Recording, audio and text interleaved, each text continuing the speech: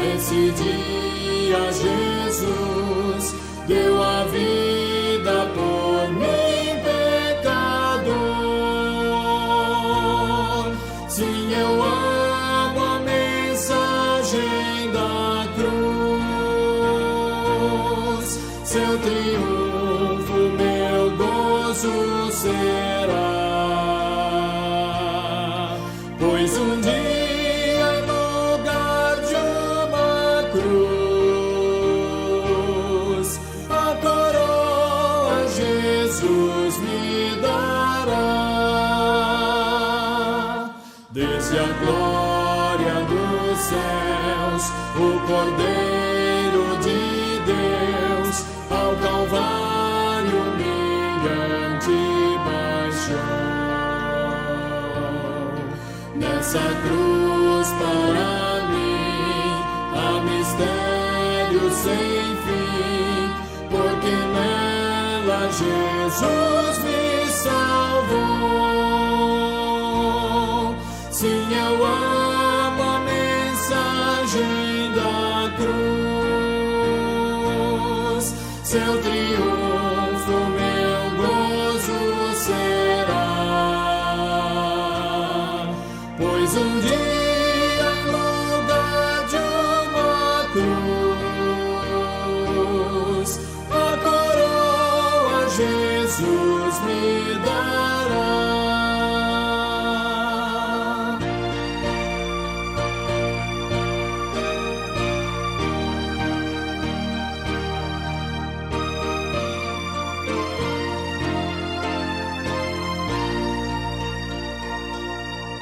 Nessa cruz padeceu, desprezado morreu, meu Jesus para dar-me perdão.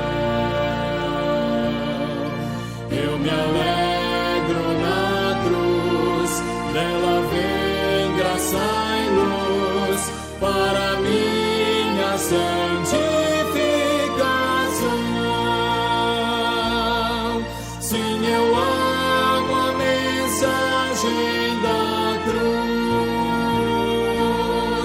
Seu triunfo, meu gozo será. Pois um dia em lugar de uma cruz, a coroa Jesus me dará.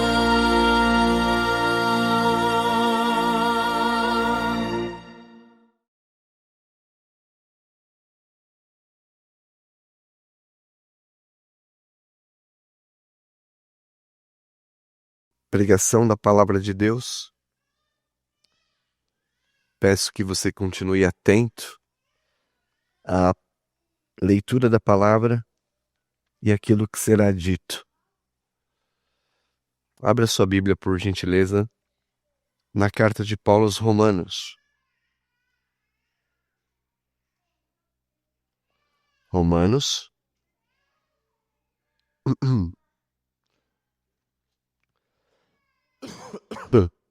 versículos, capítulo 6 em diante. Romanos, capítulo 6 em diante.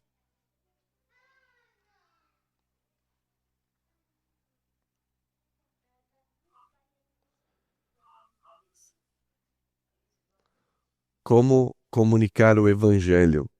Nós estamos na terceira mensagem neste assunto. Romanos capítulo 6, versos 1 a 8. Nesta série, Ide, Fazei Discípulos, o nosso objetivo tem sido estimulá-los pela palavra a evangelizar, comunicar o Evangelho de Jesus Cristo àqueles que você convive. Não somente encorajá-los, mas também treiná-los em como fazer isto. E nós sabemos que a palavra é ouvida a fim de ser praticada. Eu quero que você responda para si mesmo. essas perguntas introdutórias. Em suas orações semanais, nas suas orações durante a semana, você incluiu um pedido especial de oportunidade para falar do Evangelho a alguém? Você incluiu esse pedido a Deus em uma das suas orações? Ainda uma pergunta pessoal, visto que há um mês nós estamos pregando sobre o mesmo tema. A quantas pessoas você intencionalmente comunicou o Evangelho de alguma forma a semana que passou?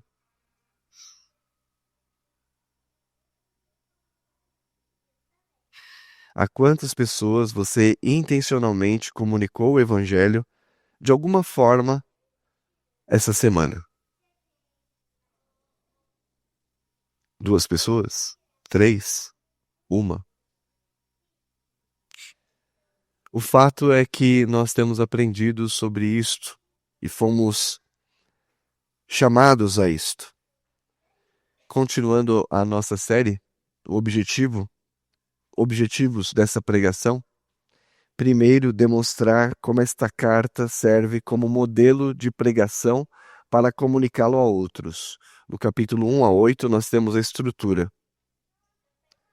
Fala do que é o Evangelho, como Deus está irado contra o pecador, como o próprio Deus nos justifica pela fé através de Cristo, salvando e perdoando os pecados. E por último, aqui no capítulo 8, como Deus e quais são os benefícios para aqueles que recebem o Senhor. Então, isso que eu quero que vocês se lembrem. Em terceiro lugar, encorajá-los a perseverar no Evangelho e capacitá-los para a compreensão e pregação da palavra. Então, até aqui, o que nós vimos. E é o passo a passo da evangelização. Primeiro, vimos que a humanidade desprezou o conhecimento de Deus. Suprimiu a revelação. Aprendemos que todo ser humano tenta, de todas as formas, sufocar a verdade e suprimir a revelação de Deus em seu coração.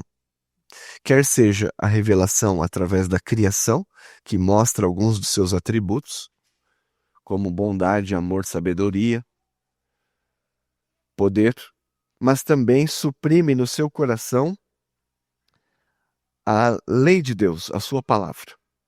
Não querem ouvir. Desprezam a Deus.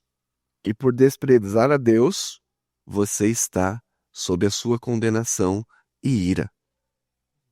A ira de Deus se revela do céu contra toda impiedade, injustiça e perversão dos homens que detêm a verdade pela injustiça. Esse é o primeiro ponto que nós aprendemos e devemos comunicar às pessoas.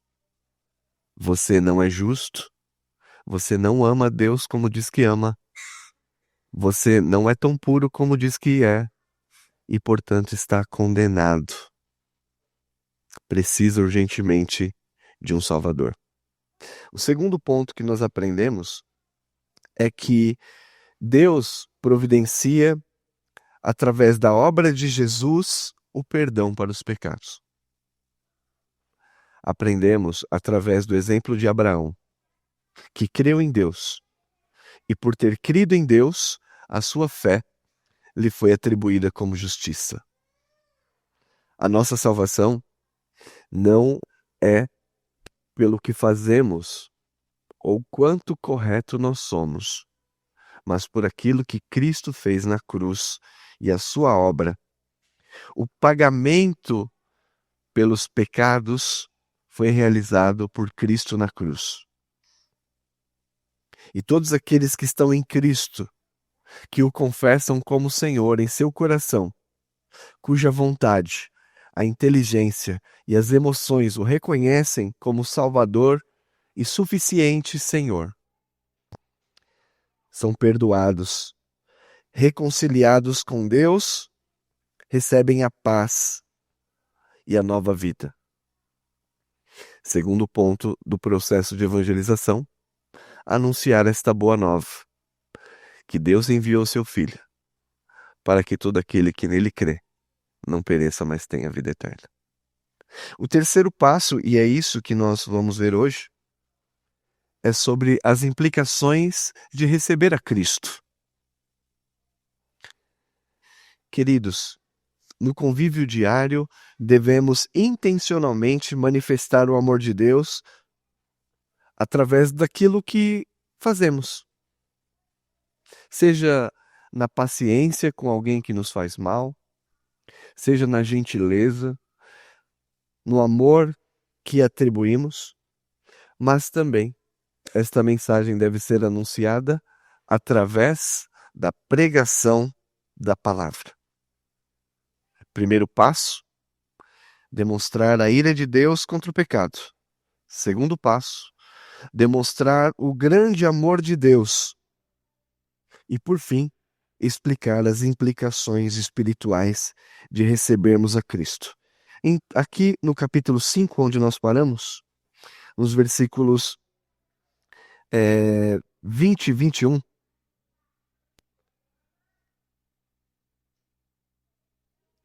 lemos que a boa nova do Evangelho supera o pecado. Sobreveio a lei para que avultasse a ofensa, mas onde abundou o pecado, superabundou a graça. Este é o Evangelho que devemos comunicar, a fim de que, como o pecado reinou pela morte, assim também reinasse a graça pela justiça para a vida eterna, mediante quem? Jesus Cristo, nosso Senhor. Então, o perdão de pecados, a salvação, a vida eterna, a paz com Deus, só pode ser realizada se você crer de todo o seu coração que Jesus é o Filho de Deus e que a sua obra na cruz perdoa todos os seus pecados. Enquanto isso não acontecer, você permanece sob a ira de Deus. Mas se a sua vontade, o seu desejo é de crer que a obra de Cristo é suficiente para cancelar todos os seus pecados e reconciliá-lo com Deus, nós vamos falar sobre os benefícios que isso traz para a vida cristã. E são, aqui eu destaquei, 7 implicações de quem recebeu a Jesus como Senhor e Salvador. A primeira implicação, capítulo 6, nós leremos dos versos 11, veremos os versos 11 e 12. Assim também vós, considerai-vos mortos para o pecado, mas vivos para Deus em Cristo Jesus. Não reine, portanto, o pecado em vosso corpo mortal, de maneira que obedeçais às vossas paixões. Vamos ler o 13. Nem ofereçais cada um dos vossos membros do seu corpo ao pecado como instrumentos de iniquidade, mas oferecei-vos a Deus como ressurreto dentre os mortos, e os vossos membros a Deus como instrumentos de justiça. Uma das implicações práticas daqueles que são salvos em Cristo é estar morto para o pecado e vivo para Deus. Muitas pessoas que você conversará podem até dizer, eu amo a Deus, eu conheço a Deus, mas logo você verá que a sua vida é uma vida de pecado.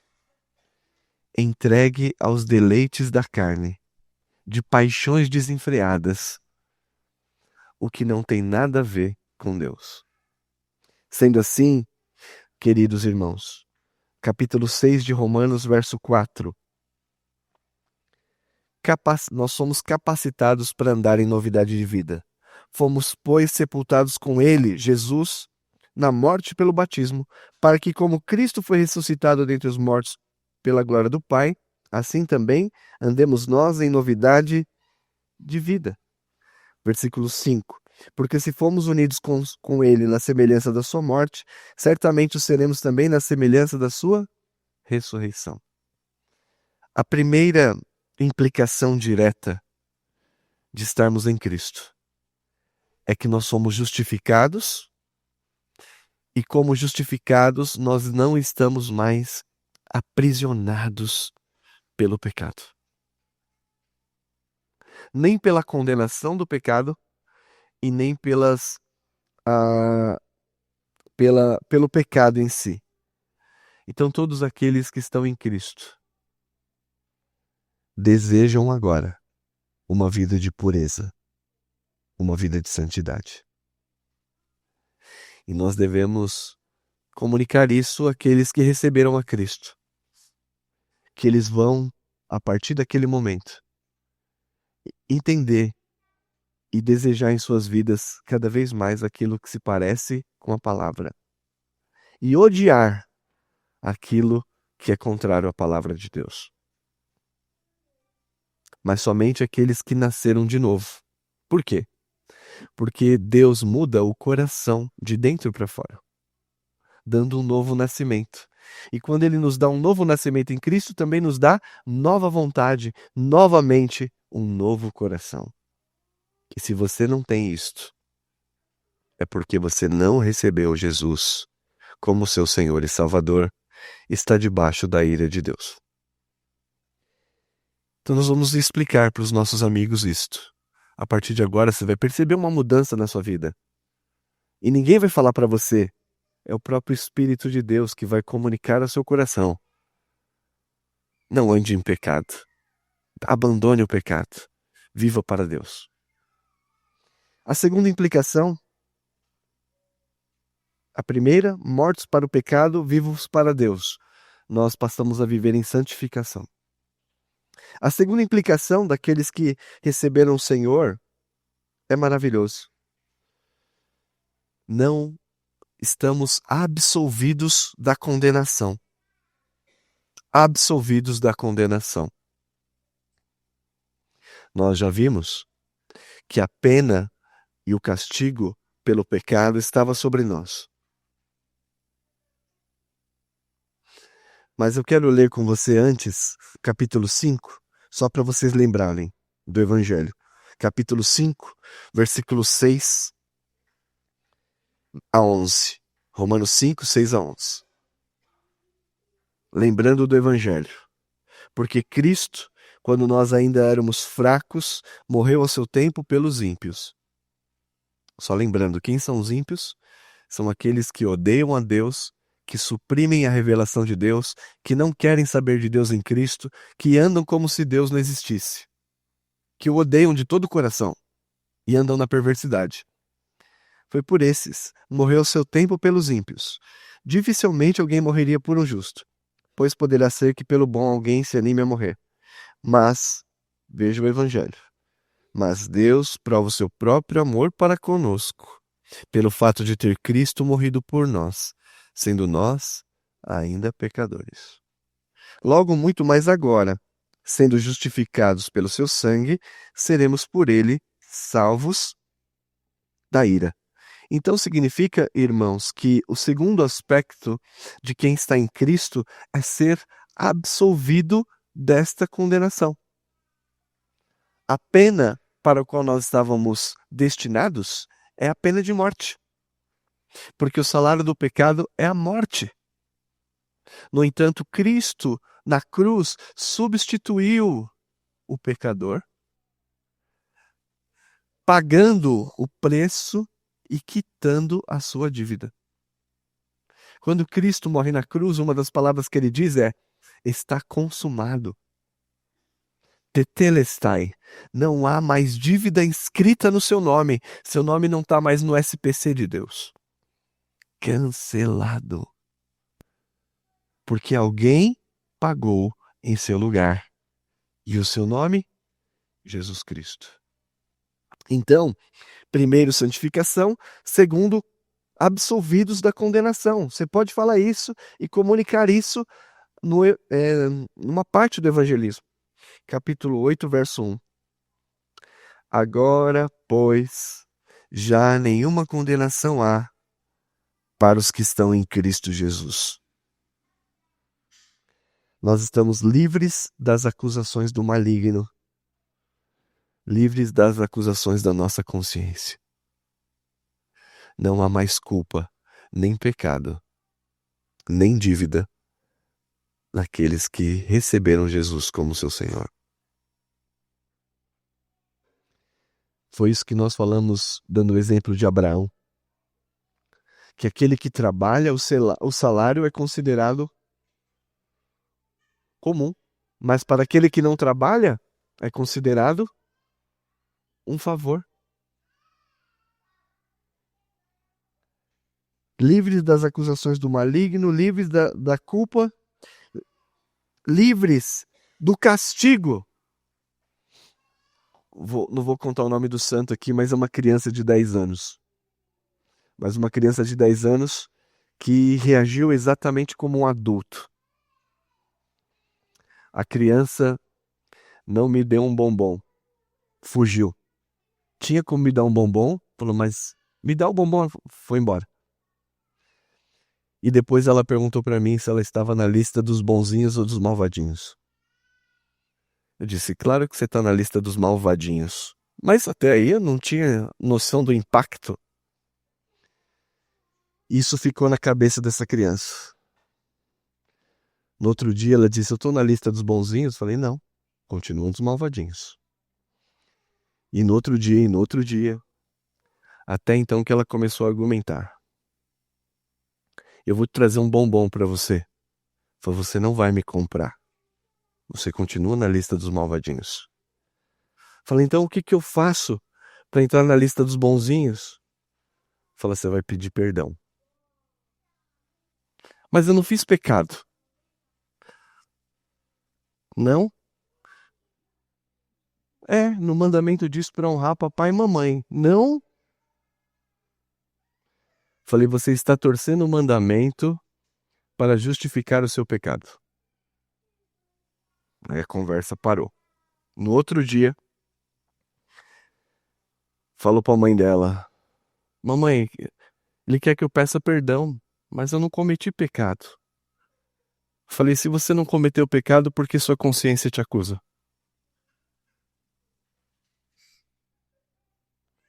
Silêncio total. Nenhum de nós escapa da lei de Deus. Todos pecaram. Não há quem faça o bem. Essa criança tinha 10 anos, reagindo exatamente como um adulto que tenta justificar-se diante de Deus.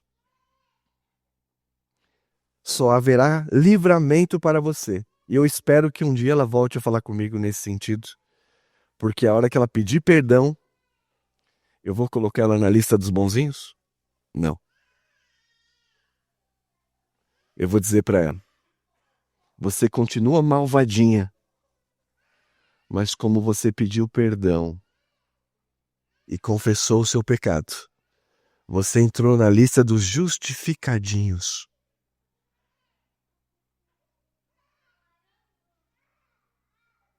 E porque você entra na lista dos justificadinhos, não há mais condenação por causa da lei de Deus.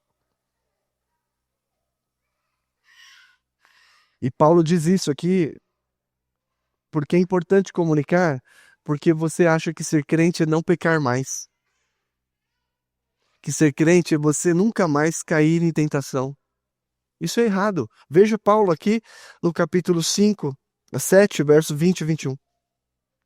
21 a 25. Então, versículo 19. Vamos ler até o 18 a 25. 7, 18 a 25. Porque eu sei que em mim, isto é, na minha carne, não habita nem bem nenhum, pois o querer o bem está em mim, não porém efetuá-lo. Porque não faço o bem que prefiro, mas o mal que não quero, esse faço. Mas se eu faço o que não quero, já não sou eu quem faz, mas sim o pecado que habita em mim. Então, querer fazer o bem contra a lei de que o mal reside em mim, porque no tocante ao homem interior, tenho prazer na lei de Deus, mas vejo nos meus membros outra lei, que guerreando contra a lei da minha mente, me faz prisioneiro da lei do pecado que está nos meus membros. Desaventurado homem que sou, quem me livrará o corpo desta morte? Graças a Deus por Jesus Cristo, nosso Senhor, de maneira que eu, de mim mesmo, com a mente, sou escravo do pecado, escravo da lei de Deus, mas segundo a carne, da lei do pecado. Aí ele diz: agora, pois, já nenhuma condenação há para os que estão em Cristo Jesus. Não há condenação da lei, não há condenação do maligno, não há condenação pela culpa da desobediência moral, porque Cristo selou. Você é malvadinho, mas foi colocado na lista do justificadinho. Pela graça sois salvos, mediante a fé. Essa esperança tem que ser comunicada àqueles que ouvem o Evangelho. Terceira implicação direta daqueles que recebem Jesus como seu Senhor é serem habitados pelo Espírito Santo. Habitados pelo Espírito Santo. Porque todo aquele que crê recebe o Espírito Santo de Deus, é batizado com o Espírito. Tem uma música das crianças que eu sempre falo, você tem que ensinar as crianças no certo. Não é só porque é bonitinho. Tem uma música que fala assim: se o Espírito de Deus se move em mim, eu pulo como o rei Davi. Eu danço como o rei Davi. Fala, filho, isso aqui tá tudo errado. Porque lá no show de rock o pessoal pula e dança também. Eu pulo, eu canto, eu grito. Não. Quem tem o Espírito de Deus declara o Filho como seu Senhor. E aquele que declara o Filho como Senhor e Salvador tem o Espírito Santo de Deus. E esse Espírito significa vida, vivificação espiritual. Você não é mais um morto, um zumbi. The Walking Dead. Você não é um zumbi mais. Eu tive a oportunidade de falar com uma menina, uma aluna que veio até mim, porque outra veio, e me encheu de perguntas. Falei, calma, uma de cada vez. E ela achava que não estava morta em seus pecados. E eu falei para ela, sim, você está morta nos seus pecados. Você não consegue responder do jeito que para Deus, porque você está morto, afastado dele. Mas o Espírito Santo vivifica. Leiamos capítulo 8, versos 10 a 11. Se, porém, Cristo está em vós, o corpo, na verdade, está morto por causa do pecado, mas o Espírito é vida por causa da justiça. Se habita em vós o Espírito daquele que ressuscitou a Jesus dentre os mortos, esse mesmo que ressuscitou Jesus Cristo dentre os mortos, vivificará também o vosso corpo mortal, por meio do seu Espírito que em vós habita. Aqueles que recebem o Senhor Jesus como Salvador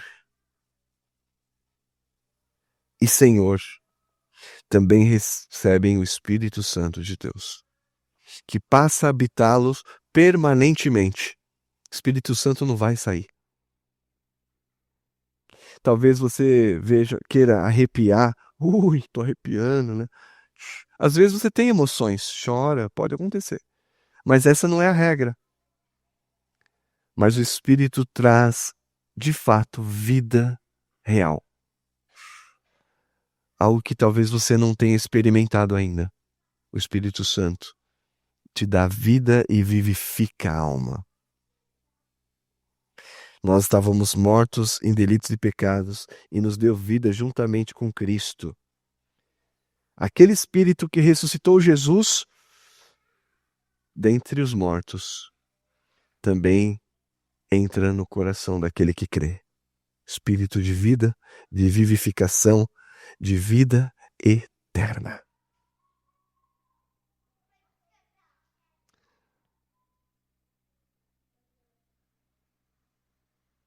Então, queridos, nós vamos parar aqui. Vamos ter parte 4 depois, Hugo. Você põe aí, tá bom? Porque senão eu vou falar bastante coisa, mas eu acho que aqui já é suficiente para hoje. implicações de recebermos a Cristo, mortos para o pecado e vivos para Deus, absolvidos de toda culpa e condenação, habitados pelo Espírito, vivificação espiritual e habitação para sempre. O Espírito de vida em Cristo. Lázaro ressuscitou, mas morreu de novo. Talita ressuscitou, mas morreu de novo. E Cristo? Cristo ressuscitou, mas Ele está vivo eternamente. E todo aquele que crê recebe esse Espírito de vida eternamente. Quem crê em mim, ainda que morra, viverá. Crês isto? Quem crê em mim, ainda que morra, viverá. Eu sou a ressurreição e a vida. É Ele quem te dá esse Espírito. E é essas verdades, bênçãos espirituais que nós devemos compartilhar com os nossos amigos no processo de evangelização. Senhor Deus nos ajude. Próximo domingo, nós então falaremos sobre mais 4 implicações de recebermos a Jesus como Salvador e encerramos capítulo 1 a 8 de Romanos.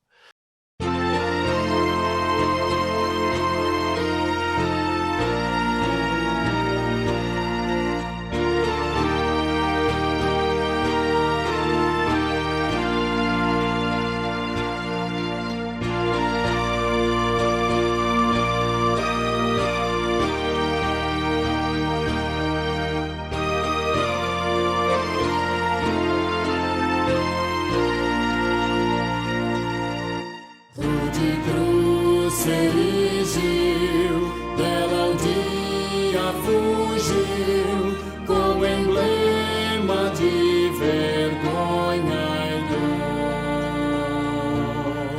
Mas eu sei que na cruz, nesse dia, Jesus deu a vida por mim, pecador.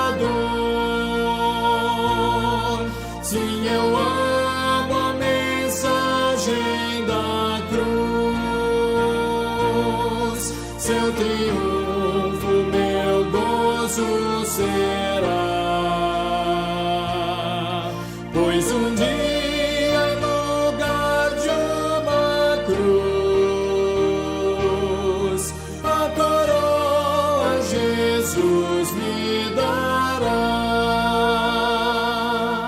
Desde a glória dos céus, o Cordeiro de Deus ao Calvário humilhante baixou. Nessa cruz para mim há mistério sem fim, porque nela Jesus me salvou. Sim, eu amo a mensagem da cruz,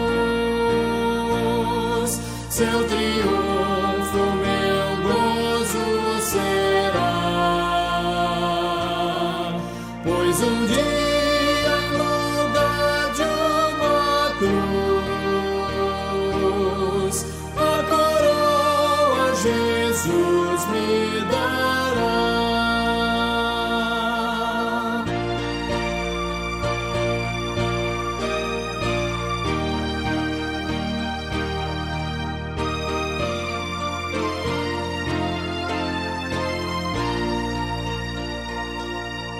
Nessa cruz padeceu, desprezado morreu, meu Jesus para dar-me perdão. Eu me alegro na cruz, dela vem graça e luz para minha santificação. Sim, eu amo a mensagem da cruz, seu triunfo